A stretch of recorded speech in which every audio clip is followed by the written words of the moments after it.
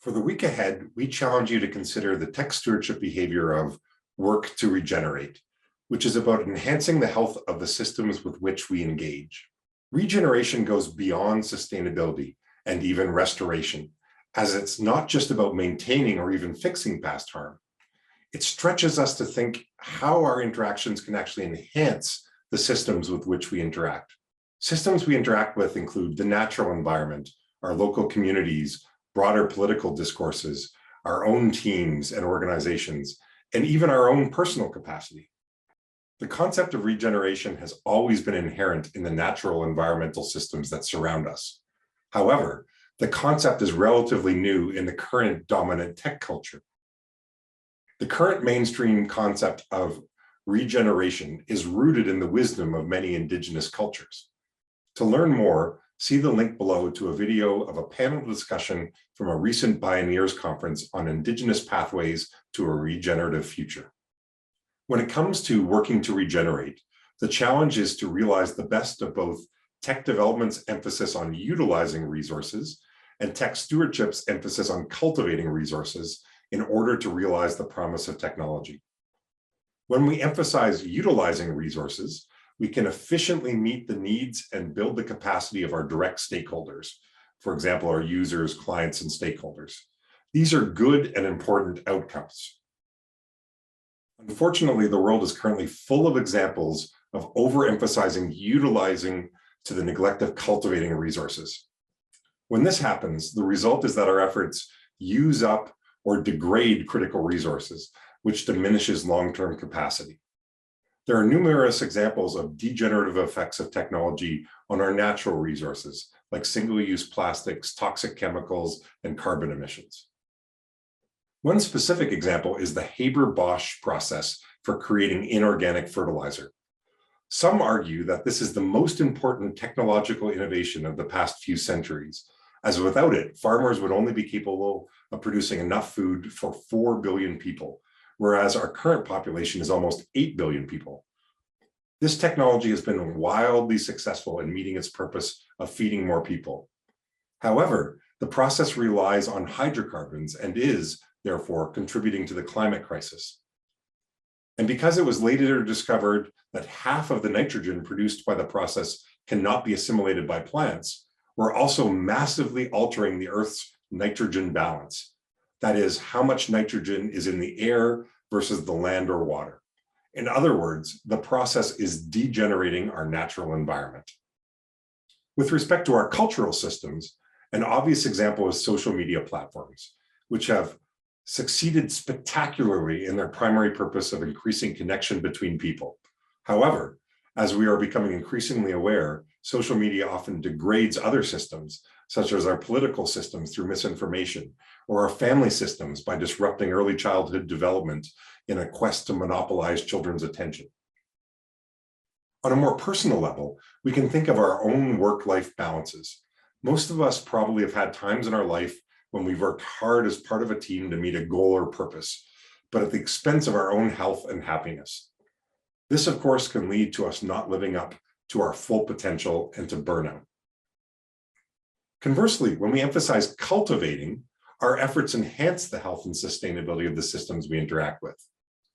Practicing the behavior of work to regenerate helps us find both end solutions that continue to achieve the utilizing benefits of tech development while also unlocking the cultivating benefits of tech stewardship. For example, drawing on indigenous knowledge, there is now a movement towards regenerative agriculture that can help to heal the planet through net negative carbon approaches and by enhancing biodiversity. This is done by turning away from large-scale monocrop and inorganic input-based approaches. Another example is the right to recycle movement, which is taking an advocacy and policy change approach to requiring that major manufacturers create products that consumers are able to recycle or upcycle, as opposed to everything winding up in a landfill. Of course, our ability to create technologies that are regenerative is entwined with dominant business practices. Thankfully, there is complementary progress in the business world too. For example, the B Corp nonprofit network is seeking to transform the global economy to benefit all people, communities, and the planet through a standards-based approach. If companies meet a set of criteria, they receive B Corp certification, which they can then include in their advertising to demonstrate to their customers their commitment to sustainability and regeneration. An example of protecting cultures and languages comes from Mozilla's Common Voice project. This project is making large data sets available for various languages. This then enables software developers to create voice recognition and other applications that serve a wide range of users. Although less common, there are also cases of overemphasizing the cultivating systems of tech stewardship when it comes to working to regenerate, to the point of neglecting the interconnected tech development emphasis on utilizing resources. In such cases, efforts to conserve or enhance the systems we interact with are inhibiting the fulfillment of our primary purpose. For example, imagine a team that overly worries about the welfare of its members and therefore doesn't push itself to reach its full potential. Consequently, it may not achieve its purpose, resulting in a disillusioned team, high turnover, and collective failure.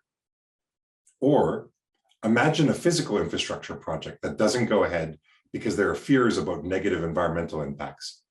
These fears cloud the vision of the design team and prevent them from seeing creative both-end solutions that would have allowed the project to proceed in a way that actually enhanced the natural environment.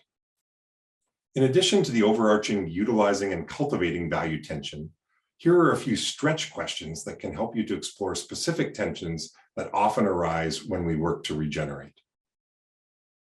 How are our efforts efficiently utilizing our team's resources and helping develop our long-term potential?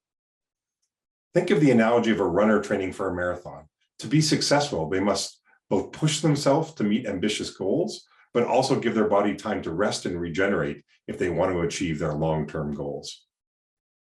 How are we effectively utilizing available resources and investing in the communities with which we engage? For example, most companies benefit from hiring employees who have been educated at colleges and universities, but only a small subset of these companies engage directly to support the educational system. Those companies who do this well are not only giving back, they're also investing in their talent pipeline. How are we aligning with dominant societal systems and addressing their failures? For example, in many cities, planners are considering the values that drew people into the suburbs with car-heavy lifestyles and are thinking creatively about how to continue delivering the things people value, like green space, within higher density models that make it easier to address other sustainability issues.